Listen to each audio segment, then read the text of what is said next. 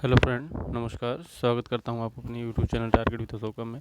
तो हिंदी साहित्य TGT PGT की कक्षाओं के लिए जैसे कि आपका ये बहुत बेहतरीन चैनल आपकी सेवा में सदैव तत्पर रहता है। तो हिंदी साहित्य टीजीटी पीजीटी 2020 और 21 की निश्चित सफलता हेतु आप हमारे यूट्यूब चैनल के माध्यम से जरूर जुड़िए। इसमें संपूर्ण पाठ्यक्रम को मैं व्याख्या के साथ साथ प्रश्नोत्तर श्रृंखला में बेहतरीन ढंग से आपको समझाने का पूरा प्रयास करता हूँ। आप सभी के सकारात्मक कमेंट के माध्यम से अब आज से मैं हिंदी साहित्य की एक पहली वीडियो तो मैं दे चुका था जो कि आदिकाल से रिलेटेड थी।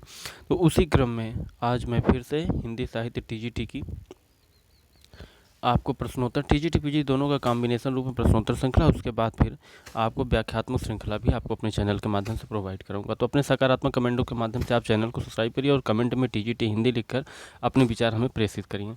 तो कमेंट जरूर करें क्योंकि कमेंट ही आपकी हमारी सकारात्मक प्रेरणा होती है। तो दोस्तों, आज के इस क्रम में आज हम कुछ महत्वपूर्ण प्रश्नों को हल करेंगे।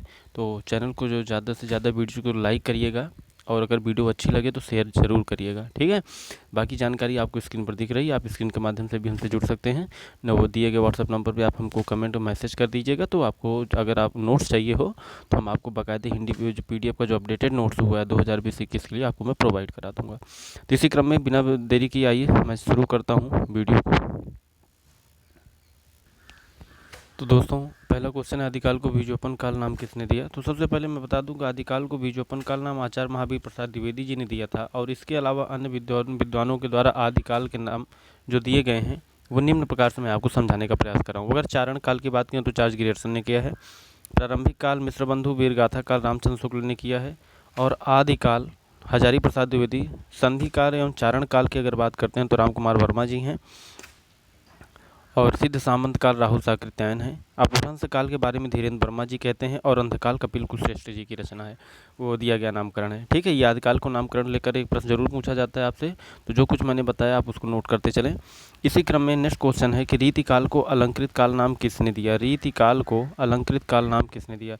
तो रीतिकाल को अलंकृत काल नाम जो दिया गया है वो दिया गया है मिश्र बंधुओं के द्वारा। गणेश बिहारी मिश्र, श्याम बिहारी मिश्र, सुखदेव बिहारी मिश्र, ये 3 भाई थे और रीतिकाल को अलंकृत काल नाम मिश्र बंधु ने दिया था। जबकि डॉक्टर रमाश शुक्ल रसाल ने रीतिकाल को कला काल तथा आचार्य विश्वनाथ प्रसाद मिश्र ने श्रृंगार काल दिया। और आचार्य रामचंद्र शुक्ल तो आप जानते हैं कि रीतिकाल का नामकरण किया है इसको सीधे सीधे। और हिंदी में हिंदी साहित्य का इतिहास सबसे पहले किसने लिखा है। तो इसके लिए मैंने देखिए आपको टेबल बना के समझाने का प्रयास किया। इतिहास ग्रंथ देखिए दिया गया the modern vernacular literature of Hindustan, प्रकाशन वर्ष 1888 ईस्वी में है। इतिहासकार ग्रियर्सन है। इसी क्रम में शिव सिंह सरोज आते हैं, 1883 ईस्वी में है। शिव सिंह सेंगर इतिहासकार माने जाते हैं। और हिंदी साहित्य का इतिहास आप जानते हैं 1929 में रामचंद्र शुक्ल जी के द्वारा लिखा गया है। तो ये टेबल आप सबके लिए बहुत ही इंपॉर्टेंट है आपकी आने आगामी परीक्षा टीजीटी पीजीटी के लिए, ठीक है। अगला क्वेश्चन है, इसमें के माध्यम से अगर मैं फिर से बनाना चाहूँ तो हिंदी साहित्य का इतिहास सबसे पहले किसने लिखा था। तो अब आप बता सकते हैं कि हिंदी साहित्य का सर्वप्रथम जो इतिहास लिखा गया था वो गारसा दत्तासी के द्वारा लिखा गया था। किसके द्वारा लिखा गया था। गारसा दत्तासी, जो कि इस्तवार दलाल इतरोत्तर हिंदुस्तानी नाम से लिखा गया था। और इसका जो प्रथम भाग था उसका प्रकाशन 1839 में किया गया था। द्वितीय भाग 1847 में हुआ था और यह फ्रेंच भाषा में लिखा गया था, ठीक है। तो ये चीज़ आप बिल्कुल ध्यान रखिएगा, ये जो कि इस प्रश्न से ही रिलेटेड करके मैं आपको बता रहा हूँ। और उसके बाद आता है एक क्वेश्चन और पूछा जाता है आपके लिए। सभी जो भी प्रश्न मैं आपको कर रहा हूँ ये किसी न किसी वर्ष पूछे गए हैं और बहुत ही इंपॉर्टेंट हैं, ठीक है। तो हिंदी साहित्य की भूमिका पुस्तक के लेखक कौन है। तो आप सभी जानते हैं कि हिंदी साहित्य की जो भूमिका है उसी क्रम में आता है हिंदी साहित्य का उद्भव और विकास। और हिंदी साहित्य की भूमिका किस वर्ष लिखी गई थी। हिंदी साहित्य की भूमिका 1940 में लिखी गई थी। और हिंदी साहित्य का जो उद्भव और विकास आप जानते हैं तो उसको लिखा गया था 1952 में। और इतिहासकार एक ही हैं, आचार्य हजारी प्रसाद द्विवेदी।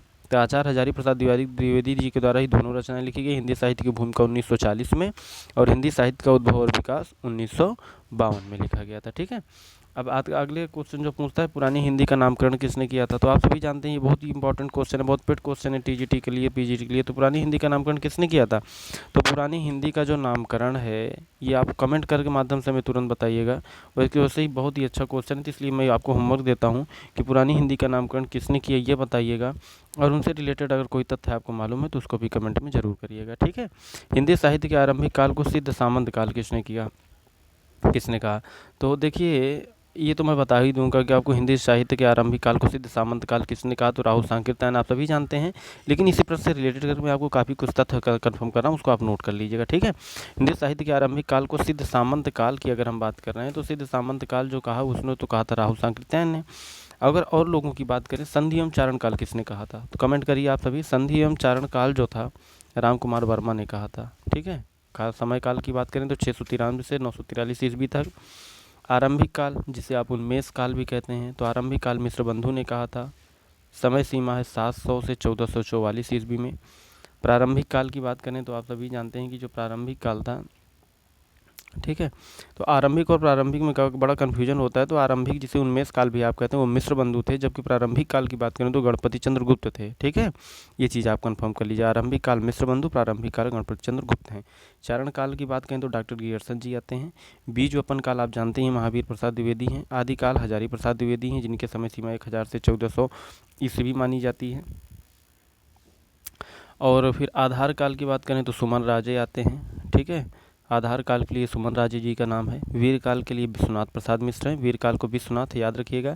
अवरंशकार धीरेन्द्र वर्मा जी हैं, जानते ही हैं। अंधकाल कपिल कुलश्रेष्ठ ने कहा था।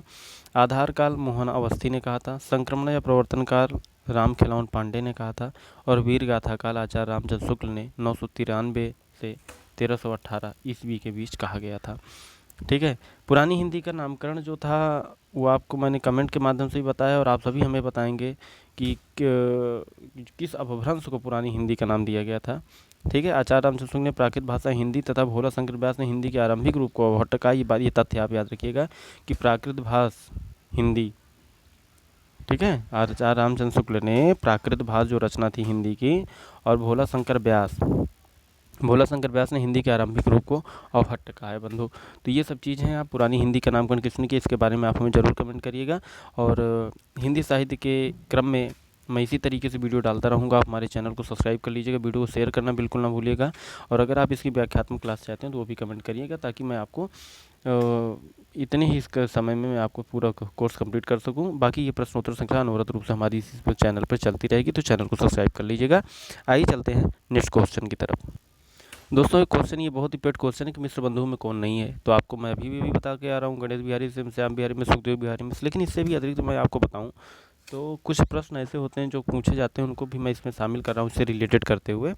कि जैसे क्वेश्चन पूछ लिया जाता है कि आचार्य रामचंद्र शुक्ल के अनुसार हिंदी साहित्य का आविर्भाव कब से माना जाता है, ठीक है। तो आचार्य शुक्ल के अनुसार जो हिंदी साहित्य का आविर्भाव है वो आपके संवत 1150, अगर ईस्वी का करेंगे तो 57 आप जानते ही हैं, उसको कर लीजिए। मैं जिस बात की चर्चा कर रहा था कि आपको आचार्य शुक्ल के अनुसार हिंदी साहित्य का आविर्भाव कब से माना जाता है, तो 1050 आप जानते हैं 933 ईस्वी से बनता है, और संवत 1375 यानी 1318 ईस्वी आएगा तक माना जाता है। हिंदी साहित्य का आविर्भाव जो है वो राजा भोज आप जानते हो, तो उनके जो राजा भोज हैं, तो राजा भोज जी के बारे में आप सभी जानते होंगे कि हिंदी साहित्य का आविर्भाव राजा भोज के समय से तब प्राकृत की अंतिम अवस्था से होता है। और ये जो है शुक्ल जी इस समय से की जो भाषा थी प्राकृताभास, प्राकृति की जो रूढ़ियाँ थी, प्राकृत की जो रूढ़ियों से बहुत कुछ बद्ध हुआ था, उसी को कहा है, ठीक है। तो इसका एक क्वेश्चन आपका एक तथ्य जो तथ्यात्मक जो क्वेश्चन बनेगा उसमें जो आंसर आपको देखने को मिलेगा वो आंसर मिलेगा कि प्राकृत की अंतिम अपभ्रंश अवस्था से। यूजीसी नेट सेकंड पेपर में पूछा गया था, और पीजीटी का और टीजीटी का ये बहुत महत्वपूर्ण क्वेश्चन है दोस्तों, याद रखिएगा। अगर इसी से क्वेश्चन मैं और बनाऊँ कि हिंदी साहित्य का इतिहास किसने नहीं लिखा है, तो ये विकल्प निर्भर करता है फिलहाल।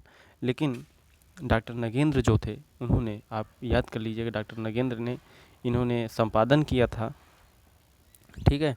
और हिंदी साहित्य का इतिहास जो कि 1973 ईस्वी था उसका संपादन किया था दोस्तों, लेकिन इन्होंने किसी भी प्रकार का कोई हिंदी साहित्य का इतिहास की रचना नहीं की थी, ठीक है। नागरिक प्रचारणी सभा काशी के संस्थापकों, बहुत ही इंपॉर्टेंट क्वेश्चन, बिल्कुल मिस मत करिएगा। जितनी भी प्रश्नोत्तर श्रृंखला में क्वेश्चन लेके आ रहा हूँ दोस्तों, भले ही वीडियोज़ की क्वालिटी आपको नॉर्मल लग सकती है, लेकिन प्रश्न जो आपको पेपर में मिलेंगे बहुत ही तथ्यात्मक प्रश्न है, ये आप याद रखिएगा। इसमें काशी नागरिक प्रचारणी सभा के संस्थापकों में कौन नहीं है, तो दोस्तों रामचंद्र शुक्ल नहीं थे। क्यों? क्योंकि काशी नागरिक प्रचारणी सभा की स्थापना कब की गई थी, जबान पे याद रखिएगा हरदम 1893 ईस्वी को काशी बनारस में की गई थी। आप काशी नागरिक प्रचारणी करें तो काशी में है।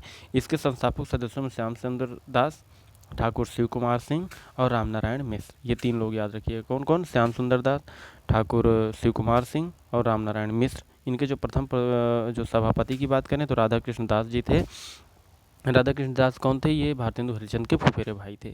ठीक है दोस्तों, ये चीज़ क्लियर रखिएगा। उसके बाद आता है गोरखबानी के संस्थापक कौन है? बहुत ही इम्पोर्टेंट क्वेश्चन है ये। ठीक है, ये तो गोरखबानी अगर हम बात करें तो देखिए पीताम्बर दत्त बरथवाल जी का नाम आता है इसमें। ठीक है, तो गोरखबानी के अगर संस्थापकों की बात करें तो गोरखबानी के संस्थापक कौन हैं? पीताम्बर दत्त बरथवाल हैं। और इसके साथ ही इस क्रम में अगर मैं आपको बताऊं तो इस गोरखबानी के बारे में आपको कमेंट करना है कि इसके बारे में आप क्या तथ्य और जानते हैं, तो इसके बारे में आप कमेंट करिए। चलिए आपको मैं एक चीज़ और बता देता हूँ कि राहुल सांकृत्यायन ने हिंदी का प्रथम कवि किसे माना है। ठीक है, तो राहुल सांकृत्यायन ने हिंदी का जो प्रथम कवि माना है, किसे माना है? तो आप बताइए। सरहपा। सरहपा वज्रयान से संबंधित हैं। ठीक है, वज्रयान से संबंधित हैं, ये 8वीं शताब्दी से संबंधित हैं, 769 ईस्वी है।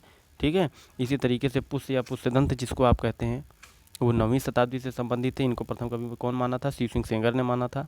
शालीभद्र सूरी, ठीक है, शालीभद्र सूरी जो कि रास साहित्य में ही रास काव्य जो था, जो रास साहित्य था वो हिंदी साहित्य का पहला इन्होंने लिखा था। और मानने वाले विद्वान हैं गणपत चंद्र गुप्त हैं। स्वयंभू को किसने प्रथम कवि माना है? राम कुमार वर्मा ने इनको प्रथम कवि माना। इनके समय सीमा 783 ईस्वी 8वीं शताब्दी में है। ठीक है, लेकिन अगर सर्वसम्मति की बात करें तो सरहपा जिसे कहते हैं वज्रयान शाखा से संबंधित है बौद्ध धर्म के, को हिंदी का प्रथम कवि माना जाता है दोस्तों। ठीक है, आइए, आंग्ल भाषा में लिखा गया हिंदी साहित्य का इतिहास, स्केच ऑफ हिंदी लिटरेचर के लेखक कौन है? तो ठीक है, तो ये क्वेश्चन भी अगर मैं चाहूँ तो आपको दे सकता हूँ, तो आप करके बता ही सकते हैं हमें। बहुत ही इंपॉर्टेंट क्वेश्चन है, तो आप सभी हमको इसको बताइएगा कि आंग्ल भाषा में लिखा गया हिंदी साहित्य का इतिहास, sketch of Hindi literature, sketch of Hindi literature. 2 से 3 प्रश्न मैं आपको दे रहा हूँ जिसके बारे में आपको हमें बताना है। ठीक है, और एक पादरी थे, उन्हीं के द्वारा इसको लिखा गया था, अंग्रेजी भाषा में लिखा गया था। और ये हिंदी साहित्य का इतिहास है, और जो कि 1918 में लिखा गया था और 1920 में प्रकाशित किया गया। ठीक है, और इसके आंसर आपको हमें मैसेज करना है दोस्तों। आचार्य रामचंद्र शुक्ल जो कि प्रेमाख्यानक परंपरा का हिंदी में प्रवर्तक या प्रथम कवि किसे माना है? बहुत ही अच्छा क्वेश्चन है, यूपी पीजीटी 2000 में भी पूछा गया था। तो आचार्य रामचंद्र शुक्ल ने प्रेमाख्यानक परंपरा की बात करें तो प्रथम कवि कुतुबुन को माना है, जिसकी रचना मृगावती है। ठीक है, और अगर डॉक्टर नगेंद्र पूछता है तो डॉक्टर नगेंद्र के बारे में अगर हम बात करें तो डॉक्टर नगेंद्र ने प्रेमाख्यानक परंपरा का प्रथम जो कवि ईश्वरदास को माना, सत्यवती जिसकी रचना है। ठीक है, सत्यवती एक कथा है। और प्रेमाख्यानक परंपरा का सर्वमान्य अगर प्रवर्तक हम माने तो मुल्ला दाऊद जी माने जाते हैं। इनकी रचना का नाम चंदायन है, जो कि प्रसिद्ध इनके जो पात्र हैं जिनकी नाम आप सुनते रहते हैं, लोरी की नायिका चंदा। ठीक है, ये चीज़ आप याद रखिएगा। भक्ति काल का नाम पूर्व मध्यकाल। तो देखिए दोस्तों, ये जो प्रश्न है कि पूर्व मध्यकाल का नाम किसने दिया, ठीक है, तो ये पूर्व मध्यकाल, उत्तर मध्यकाल, इस तरीके में डिवीज़न जो किया गया था हजारी प्रसाद द्विवेदी जी ने ही कहा था। सही चीज़ तो ये है। और हिंदी साहित्य के भक्ति काल को पूर्व मध्यकाल तथा रीतिकाल को उत्तर मध्यकाल नाम भी दिया था, जबकि आचार्य रामचंद्र शुक्ल ने मध्यकाल को भक्ति काल तथा रीतिकाल विभाजित किया था। और विभाजन का काल तो आप सभी जानते हैं कि सबसे प्रथम राजकीय अर्सन ने ही किया था। 1400 ईस्वी से ही भक्ति काल की शुरुआत मानते हैं उन्होंने, और उचित प्रतीत भी होता है। भक्ति काल के नामकरण के संबंध में कोई भी बात नहीं है। भक्ति तत्कालीन साहित्य का आंतरिक भाव है, और इसे उस समय का स्वर्णकाल कहा जाता है, क्योंकि उस समय जो विचार थे, लोगों के जो भाव थे, वो खुल करके घरों से बाहर रोड पर आए थे, पब्लिक के सामने आए थे, जनता के सामने आए थे, इसलिए इस भक्ति काल को स्वर्णकाल भी कहा जाता है। तो दोस्तों, इसी क्रम में है मैं आपको वीडियोज़ के माध्यम से प्रश्नों की श्रृंखला हल कराता रहूँगा। प्रश्न अगर अच्छे लगे हों तो आप हमें कमेंट के माध्यम से आप हमारा प्रोत्साहन करिए, ताकि मैं आगे लगातार वीडियोज़ आपके लिए डालता रहूँ। अगर इसमें सकारात्मक कमेंट आप लोग देंगे तो ये क्रम मेरा रुकेगा नहीं, और पर डे मैं एक वीडियो इसी तरीके से बना के जितने भी प्रकरण हैं, जितने भी महत्वपूर्ण आए हुए प्रश्न हैं पिछले सालों में, मैं उसको हल कराऊंगा पीछे। और इसके साथ साथ मैं आपको कुछ व्याख्यात्मक श्रृंखला भी हल कराऊंगा, जो कि आपके पेपर के नज़रिए से बहुत इंपॉर्टेंट होगी। और अगर आप ये जानना चाहते हैं कि कौन सी पुस्तकें पढ़ लें जिसके माध्यम से कि आप घर बैठे तैयारी कर सकते हैं, तो उसके लिए भी आप हमें इंपॉर्टेंट बुक्स लिख करके कमेंट करिएगा। मैं आपको पर्सनली एक वीडियो बनाऊँगा और चैनल पर डालूँगा, जिसमें आपको महत्वपूर्ण पुस्तकें डालूँगा। अगर आप उस पुस्तकों को पढ़ लेते हैं तो किसी प्रकार की कोचिंग की आवश्यकता आपके लिए नहीं रहेगी। बाकी तथ्यों के लिए मैं तो खुद ही हूँ। तो चैनल को सब्सक्राइब करिए, वीडियो को शेयर ज़रूर करिएगा मित्रों। तो नमस्कार करता हूँ। हिंदी साहित्य के आप सभी छात्रों को मैं सम्मान करता हूँ, आप सभी का सादर अभिनंदन करता हूँ। तो मिलते हैं नेक्स्ट वीडियो में एक नए प्रश्नों की श्रृंखला के साथ। तब तक के लिए अपने इस छोटे भाई रोहित को दीजिए इजाज़त। तब तक के लिए नमस्कार।